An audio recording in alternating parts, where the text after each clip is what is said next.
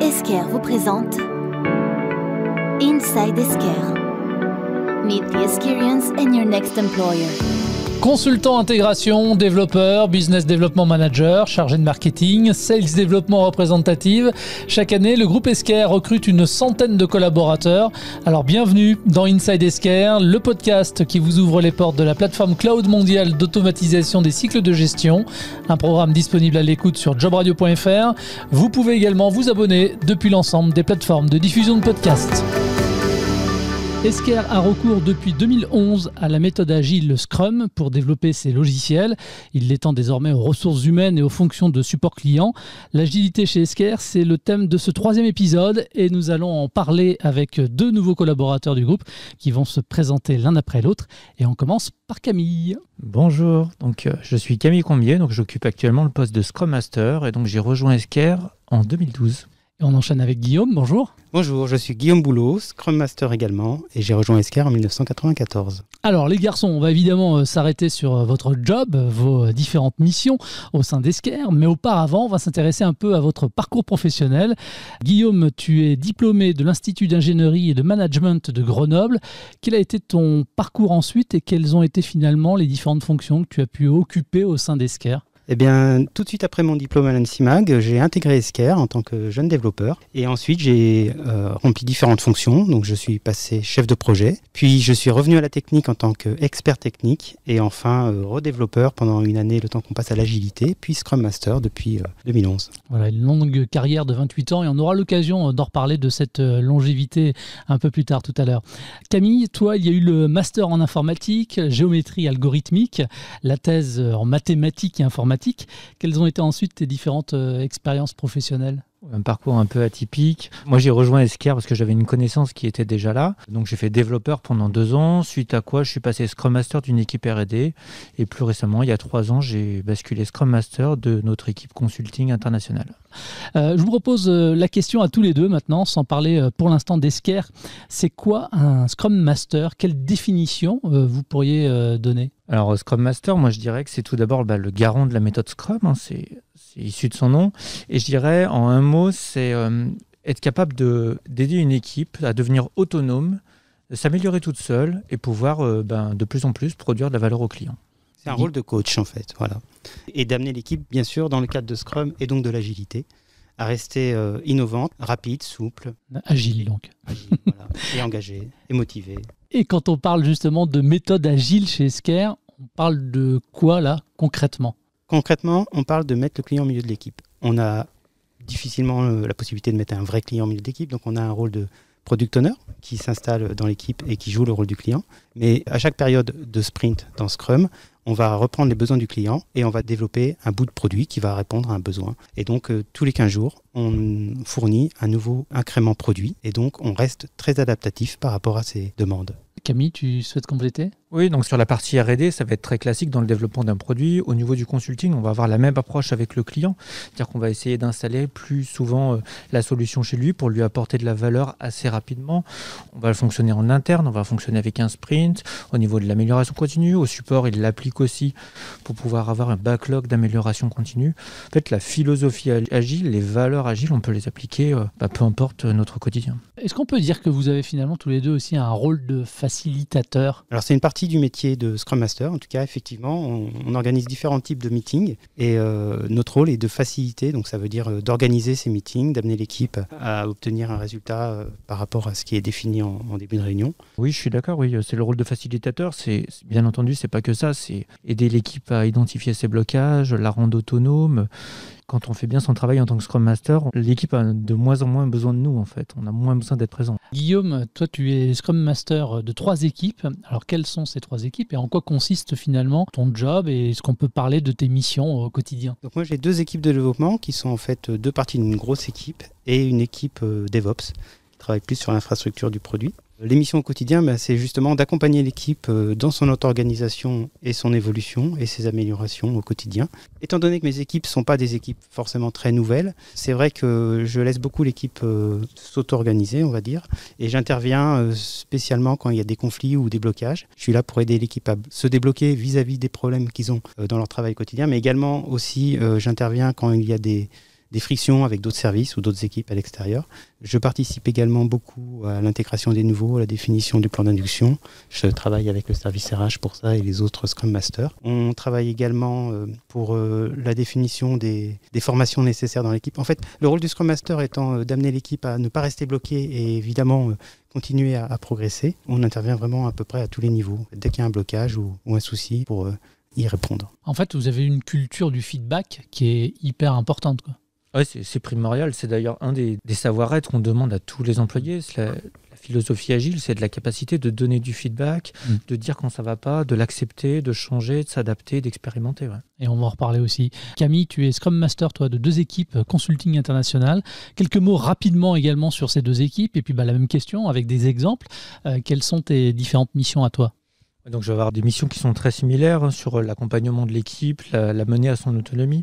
Je vais aussi avoir des missions plus annexes sur la partie communication avec les filiales. Toutes les filiales, on a aussi des consultants qui sont partout dans le monde et ils n'ont pas tous forcément de Scrum Master. Donc, des fois, on nous appelle pour venir les aider à s'améliorer, organiser des rétrospectives. On aide aussi les Scrum Masters des autres pays pour pouvoir collaborer, mettre en place des tuyaux de communication interfiliales, etc. Formation de nouveau, tu l'as dit, formation des autres Scrum Masters, etc. On voit au travers de votre métier que vous avez donc des interlocuteurs en interne dans tous les différents services. Finalement, c'est très transverse tout ça. Mais est-ce que vous avez aussi des interlocuteurs en externe ? Alors, moi, je vais en avoir, oui, parce que de temps en temps, on nous invite donc dans des ateliers clients pour aider l'équipe à s'améliorer sur l'organisation d'un atelier, par exemple avec le client, mais aussi des fois de la gestion de conflits, régler des situations de crise. Oui. On intervient en tant que coach agile un peu partout dans la société. Il m'est arrivé d'aller dans une entreprise qu'on avait rachetée récemment pour les aider à passer à l'agilité, donc mener la transition agile. En externe, vis-à-vis de Lyon, on intervient également dans la communauté agile de Lyon. On participe au CARA, aux réunions. On a des échanges avec d'autres sociétés aussi pour présenter nos méthodes. Le CARA, je m'excuse. C'est le club Agile Rhône-Alpes. Moi, j'avais travaillé avec notre DRH pour justement présenter comment on avait agilisé le service RH. Donc, vous êtes amené finalement aussi à agir un petit peu en externe. Ok. Maintenant, sur quoi elle repose véritablement la méthode agile ? Quels sont par exemple les différents rituels que vous mettez en place ? Donc, nous, on applique Scrum. Donc, les rituels de base, ça va être donc le stand-up tous les matins, 15 minutes debout, très classique. On va essayer d'identifier qu'est-ce qu'on a fait, qu'est-ce qu'on va faire pour essayer d'atteindre son sprint et surtout, est-ce qu'on est bloqué ? On a un planning en amont pour définir les tâches ou les stories qu'on va essayer de réaliser pendant ce sprint. La review où on démontre ce qu'on a réalisé et surtout on récupère du feedback pour pouvoir alimenter notre backlog. Et la rétrospective, tous les sprints aussi, donc sur des sprints de 15 jours pour prendre le temps de se regarder, de s'améliorer. Guillaume ? Donc ça, c'est Scrum, le cadre Scrum qui fait partie de l'agilité au sens large. Donc l'agilité au sens large, c'est un ensemble de valeurs. Justement, on remet l'humain un peu au centre. On préfère la collaboration, le face-à-face, plutôt que de passer par la définition d'un plan écrit. On préfère avoir des logiciels qui fonctionnent. On préfère la collaboration. Et du coup, les avantages de ces rituels débouchent sur quoi ? Les avantages des réunions définies dans Scrum, c'est qu'elles minimisent un peu le temps passé en réunion, justement. Le développeur, il aime bien faire du dev, on va dire. Donc, il y a vraiment une grosse réunion en début de période pour définir ce qu'on va faire, le quoi, comment on va le faire. Le stand-up quotidien pour vérifier que le plan est toujours en ligne et qu'on est aligné. Et à la fin, les présentations de ce qu'on a fait et les réunions pour réfléchir à comment s'améliorer, justement, et qu'est-ce qu'on va faire à la fois d'après. Donc ça débouche sur cette agilité dont on parlait tout à l'heure, cette adaptabilité, avec aussi ce sentiment de rester, on va dire, dans un rythme régulier. En tout cas, on ne veut pas se mettre la pression spécifiquement en fin de période. Donc c'est quelque chose qu'on va pouvoir tenir à l'infini, on va dire. On appelle ça un sprint, mais le but, c'est pas de courir à toute vitesse, justement, c'est de garder un rythme soutenable. Et qu'il soit toujours le même, qu'il y ait une récurrence. Oui. Est-ce que cette méthode, finalement, elle peut s'étendre à l'ensemble des activités des équipes du groupe ? Oui, bien sûr. Enfin, la méthode agile, les valeurs agiles, elles sont applicables dans n'importe quelle condition. Je me souviens d'une réunion où on avait dit on doit recruter 25 développeurs. Ça remonte déjà à quelques années, en un an, et ça semblait absolument inatteignable. Et on avait réuni tous les volontaires qui voulaient participer à ça. On avait créé une équipe qui s'appelait donc le Scrum RH, qui existe toujours, qui est une équipe basée sur le principe agile avec un sprint, avec un backlog. Et le fait est que on y arrive, quoi. On avait plein d'autres cas qu'on peut avoir comme ça chez Esker, où on fait un appel aux volontaires pour répondre à une situation, à un problème, et on y va, quoi. Carte blanche. Alors, je le disais tout à l'heure en introduction, en tout cas un peu plus tôt, que Esker a fait le choix d'adopter cette méthode agile depuis 2011. Quel est le retour sur expérience? Déjà, est-ce que vous arrivez à le mesurer? Oui, on voit bien sûr que ça nous a bien profité en fait, puisque depuis qu'on est passé à l'agilité, on n'a pas arrêté de croître. On s'aperçoit que l'agilité nous permet d'être plus adaptable. On va pas forcément plus vite vers ce qu'on imaginait, comme on avait avant l'agilité, où on avait des cycles de release assez longs, mais vraiment avec des périodes assez courtes qui nous permettent de réajuster le cap, on va très très vite vers ce que le client attend. Et puis on est passé en SaaS, et donc le fait d'avoir des mises en production quotidiennes ou toutes les semaines ou tous les 15 jours en fonction des équipes permettent de mettre vraiment dans les mains du client des nouvelles fonctionnalités très rapidement, et cette capacité à être réactif et adaptatif est indispensable pour nous. Camille, tu souhaites ajouter quelque chose? Oui, dans un contexte projet, on a à peu près les mêmes bénéfices. Là où avant, on pouvait mettre 1 an pour installer une solution chez un client, maintenant, en quelques mois, même en 1 mois, même en moins, des fois, on arrive à avoir quelque chose qui apporte déjà de la valeur, et le client il est déjà en train d'utiliser la solution. Il gagne en fait au quotidien, quoi. Camille, garde la parole. Qu'est-ce qui te plaît le plus, toi, dans ton job aujourd'hui? Je crois que c'est de ne pas savoir ce qui va composer ma journée. Je suis amené à traiter de l'imprévu, à être disponible, à répondre aux besoins de mon équipe. Et je sais juste que le matin, quand je vais arriver, je vais avoir une journée mouvementée, je vais découvrir plein de nouvelles choses, et ça m'anime. Ouais. Il n'y a pas de journée type, du coup? Ah non, pas vraiment. Ça n'existe pas. Non. Qu'est-ce que tu voudrais dire, toi? Qu'est-ce que tu aimes dans ton job, toi, Guillaume? Je rajouterais le contact humain, la joie, enfin en tout cas, c'est agréable d'amener une équipe justement à donner le meilleur d'elle-même. Et puis aussi la liberté et l'autonomie qu'on retrouve dans nos postes, où vraiment on est toujours prêt à tester des nouvelles choses, expérimenter des nouvelles façons de travailler, ou que ce soit au niveau technique aussi, d'avoir des nouvelles fonctionnalités. Enfin, c'est cet esprit un petit peu de liberté, d'autonomie, et quelque chose qu'on retrouve aussi dans les valeurs d'Esker. Alors, dans tout ce que vous avez dit, on comprend que finalement, pour exercer cette profession, ça demande pas mal de soft, et on va en parler dans un instant. Mais juste avant, est-ce que ça suppose aussi des compétences particulières, des compétences techniques pour pouvoir exercer cette profession? Alors, le Scrum Master, comme le nom l'indique, c'est bien qu'il connaisse Scrum, on va dire. Donc, qu'il soit formé sur le cadre Scrum, les différents rôles, les rituels et le pourquoi de chaque action qu'on va mener dans ce cadre-là. Ça, c'est un premier pilier. Un deuxième pilier, ça va être effectivement, par exemple, dans une équipe de dev comme moi, c'est un plus d'être un ancien développeur, de connaître la technique, de pouvoir coacher l'équipe aussi d'un point de vue technique. Et le troisième pilier, ça serait aussi le côté humain, puisque c'est un rôle un peu de management. Alors, indirect, on n'est pas du tout chef ou manager de notre équipe, mais on est amené à intervenir en cas de conflit, en cas de blocage dans l'équipe, pour les amener à se réaliser au mieux et à avancer. En termes de soft, maintenant, quelles sont finalement les qualités requises d'après vous pour exercer vos professions, Camille? Je dirais de la patience, de l'écoute, du leadership, prendre son temps, d'écouter les gens, de voir où ils ont envie d'aller, de leur laisser aller, de leur laisser faire des erreurs, de les amener à grandir, savoir motiver, animer une équipe. Ça, c'est un peu tout ce qui me parle. De sourire aussi? Oui, aussi, oui, bien sûr. Tu souhaitais ajouter quelque chose, Guillaume? C'est aussi des choses qu'on va demander aux gens qu'on va recruter dans nos équipes. Même on va en parler, même s'ils ne sont pas Scrum Master, voilà, c'est cet esprit de pouvoir donner un feedback, d'accepter l'expérience, l'expérimentation, le changement. T'as anticipé en fait la question qui allait venir, donc c'est top. Justement, dans les équipes que vous gérez déjà, sur quel poste vous recrutez là actuellement? Donc de notre côté, on recrute beaucoup des consultants intégrateurs, on va dire. Donc c'est des développeurs ou des consultants fonctionnels qui aiment être au contact du client, qui aiment adapter la solution pour répondre à un besoin particulier, un besoin précis. C'est beaucoup d'écoute, de clarification avec le client. Ce que nous, on appelle des engagement managers, qui est un peu le rôle de product owner du consulting, qui va vraiment être un peu plus dans la partie planning, négociation, mais toujours à l'écoute, toujours dans la collaboration, on va dire. Guillaume? Moi, je recrute beaucoup en ce moment dans l'équipe DevOps. Donc, c'est l'équipe qui travaille sur l'infrastructure des environnements de production de notre logiciel. C'est une équipe qui a besoin de compétences à la fois Ops et puis de Dev aussi. Le but, c'est vraiment d'automatiser et d'industrialiser un maximum tout ce qu'on fait pour gagner du temps, bien sûr, puisqu'on veut aussi accompagner la croissance de nos clients par la croissance du produit et du nombre de services que l'on rend. Un autre sujet aussi qui est important quand on postule dans une entreprise, c'est savoir comment on va s'y sentir. Alors, justement, qu'est-ce que vous pourriez dire sur la qualité de vie au travail chez Esker? Dans quelles conditions on bosse quand on rejoint Esker? Camille? J'aurais un mot, c'est la liberté. La liberté de choisir comment je travaille, en fait. C'est qu'on me donne une mission, un cadre, et que je sois libre de définir ce que je vais faire au quotidien, comment est-ce que je vais faire, qu'est-ce qu'on va essayer essayer de faire avec nos équipes. Et ça, c'est beaucoup. Et à l'écoute aussi, avoir un management à l'écoute, à laquelle je peux proposer des choses. Ça se voit pas forcément dans une offre d'emploi, mais c'est vraiment être la capacité d'être acteur de la société. Ouais. Oui, le partage est important. C'est-à-dire que dès que vous arrivez chez Esker, en fait, vous allez pouvoir participer à la définition du produit, des fonctionnements de l'équipe, donner un feedback et vraiment faire bouger les choses. En fait, on attend que les gens se sentent à l'aise dans la façon de proposer des nouvelles idées. Et c'est vrai, c'est quelque chose que les nouveaux nous remontent aussi. Ils sont assez vite impliqués et tout à fait libres de faire bouger la boîte, leur équipe, le produit. Il y a beaucoup d'inclusion finalement dans votre poste, dans vos missions, dans les équipes que vous gérez. Oui, bien sûr. Nous, on a l'habitude de dire qu'au bout d'un mois, ils sont là parfaitement fonctionnels. On a toute une intégration de base dans laquelle on se sent vraiment accueilli. Et après, on est parti avec l'équipe et on est au quotidien et on a autant de valeur que quelqu'un qui est là depuis 10 ans. Quoi.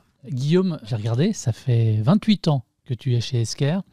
Qu'est-ce qui explique finalement cette longévité ? Enfin, toi, tu l'expliques comment ? Je l'explique par deux choses, on va dire. Déjà, les valeurs d'Esker, c'est ce qu'on a dit déjà tout à l'heure, l'autonomie, le fait de retrouver les Eskeriens. Il y a vraiment un esprit de famille, on va dire, chez Esker. Les valeurs de la boîte me conviennent vraiment et je m'y retrouve, ce qui explique que je m'y plais. Et puis aussi, la possibilité vraiment de changer. C'est-à-dire que je suis là depuis longtemps, mais j'ai changé de métier plein de fois, j'ai changé de service, je ne fais pas le même type de travail. J'ai changé de produit aussi. Esker est vraiment passé d'un produit en boîte pour l'émulation de terminal vers du SaaS qui gère des documents comptables. Enfin, ça n'a rien à voir. La stack technique aussi a beaucoup évolué. On est constamment, comme a dit Camille, à faire des nouvelles choses, que ce soit d'un point de vue technique ou organisationnel ou sur la collaboration. Donc, c'est la possibilité de se renouveler en permanence, qui fait que je reste dans le renouvellement, dans le carreau. Camille, toi, ça fait 9 ans que tu as rejoint Esker. Qu'est-ce qui t'a motivé déjà à l'époque à rejoindre le groupe ? Et qu'est-ce qui fait que tu sois toujours là aujourd'hui, en face de moi, pour parler de ton job ? Alors, ce qui m'a motivé à l'époque, c'était ma connaissance qui était donc chez Esker, qui me disait « Viens voir, tu verras, la boîte, elle est trop cool. » Et ça, c'était un bon début. C'était un bon début, c'était un bon indicateur. Et ensuite, je me suis très rapidement rendu compte que on peut faire changer les choses. Et je me souviens au moment où je suis passé Scrum Master, où on a juste dit « Ok, est-ce qu'il y a quelqu'un qui est intéressé par le poste ?» Et moi, j'avais dit « Ouais, pourquoi pas, je vais me former. » Et puis, j'y vais. Et c'est parti. Et j'ai été accompagné en partie par Guillaume, d'ailleurs, qui était un peu mon mentor pendant un bon moment, où il m'a fait aider à monter à compétences, à apprendre. Et toujours jamais lâché seul, toujours accompagné, toujours soutenu. Changement d'équipe, c'est pareil. J'ai été accueilli dans cette nouvelle équipe de consulting international et j'ai trouvé beaucoup d'énergie, beaucoup d'envie de changer les choses. Et ça, c'est ton moteur. Ah, c'est mon moteur, ouais. Ouais. Et le mentor, il pense quoi de son élève ? Comment il a évolué ? Il a bien réussi, puisque maintenant, il forme les autres Scrum Masters aussi. Donc, Merci. Il y a un retour sur investissement quelque part. Tout à fait. Alors, est-ce que dans le cadre de votre fonction à tous les deux, ça a été un challenge ces 2 dernières années ? Et je pense notamment aux restrictions sanitaires qui ont imposé finalement aux entreprises de s'organiser différemment et d'instaurer le télétravail. C'est indéniable. Et ce qui s'est passé, c'est qu'on est passé d'une entreprise qui faisait pas ou très peu de télétravail à une entreprise qui était complètement en télétravail en 3 jours. On a mis en place une tonne d'outils, on a mis en place Teams, de la visioconférence, il a fallu apprendre l'équipe à travailler en visio. Au niveau des clients aussi, on est passé d'ateliers en présentiel où on faisait des dessins sur des tableaux à de la visioconférence où il fallait se réorganiser autour de réunions de 8 heures par jour. Et ouais, c'était énormément de changements. Ouais. On a une bonne définition là, de l'agilité. Là. Ah oui, clairement. Ouais. Et encore aujourd'hui, on essaye de travailler en mode hybride. C'est-à-dire qu'on a le 3e fonctionnement avec des gens qui sont présents et des gens qui sont chez eux. Il faut inventer tout ça et ouais, il y a beaucoup de travail. Et ce qui est bien, c'est qu'Esker donne la possibilité de choisir justement dans son organisation. Oui, c'est ça. Grosso modo, on a à peu près 50%. On a la possibilité de venir tout le temps, la possibilité d'être chez soi. Et ouais, ça, c'est très appréciable. Donc adopter le télétravail, même si vous y étiez déjà un petit peu avant la pandémie, ça relève du challenge. Si on devait parler de d'autres challenges à relever, toi, tu dirais quoi, Guillaume ? Moi, je dirais la croissance des équipes, c'est-à-dire qu'on recrute à la R&D, en tout cas, une 20aine de personnes par an. Au total, c'est une centaine, je pense, sur Esker France. Et donc, ça demande énormément d'adaptation. Les équipes se recomposent régulièrement. Le produit aussi grossit à une vitesse incroyable. Et donc, notre framework Scrum, là, c'est un framework, un cadre de travail qui est vraiment adapté une équipe, un produit. On l'a vraiment mis à l'échelle. Donc, on a piqué des recettes dans LESS, Large Scale Scrum, et puis dans Unfix aussi, qui est un nouveau framework, pour vraiment mettre en place des pratiques, des guildes, des groupes de travail, des rétrospectives communes, des ateliers pour vraiment progresser, continuer de progresser ensemble, rester agile malgré la croissance, éviter les blocages, casser les silos, voilà.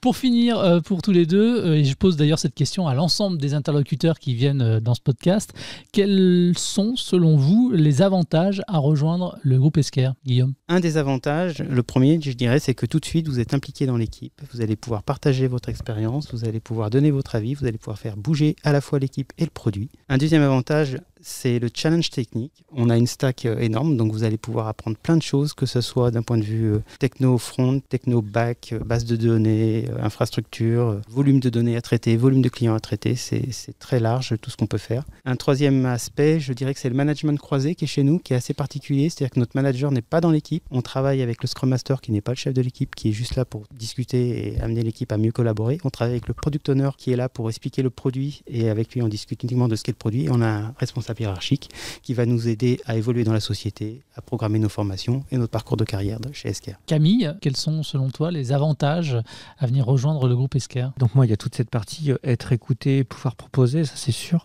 Avoir cette liberté de choisir comment on travaille. Il y a toute la partie internationale aussi. Moi, je travaille dans la partie consulting international. On travaille beaucoup avec les filiales, on travaille beaucoup avec des clients d'autres pays. On a la capacité de bouger, on a la capacité d'aller voir comment ça se passe aussi partout dans le monde. Et ça, c'est un gros avantage. Merci Guillaume, merci à tous les deux d'avoir répondu à mes questions. Alors si vous souhaitez évidemment vous renseigner sur les offres à pourvoir et rejoindre déjà les quelques 800 collaborateurs qui composent Esker, eh bien rendez-vous sur le site internet esker.fr/job au pluriel. C'est la fin de cet épisode Inside Esker, un programme auquel vous pouvez vous abonner depuis l'ensemble des plateformes de diffusion de podcasts. Merci et à très vite. Esker vous a présenté Inside Esker. Un programme disponible à l'abonnement sur l'ensemble des plateformes de diffusion de podcasts.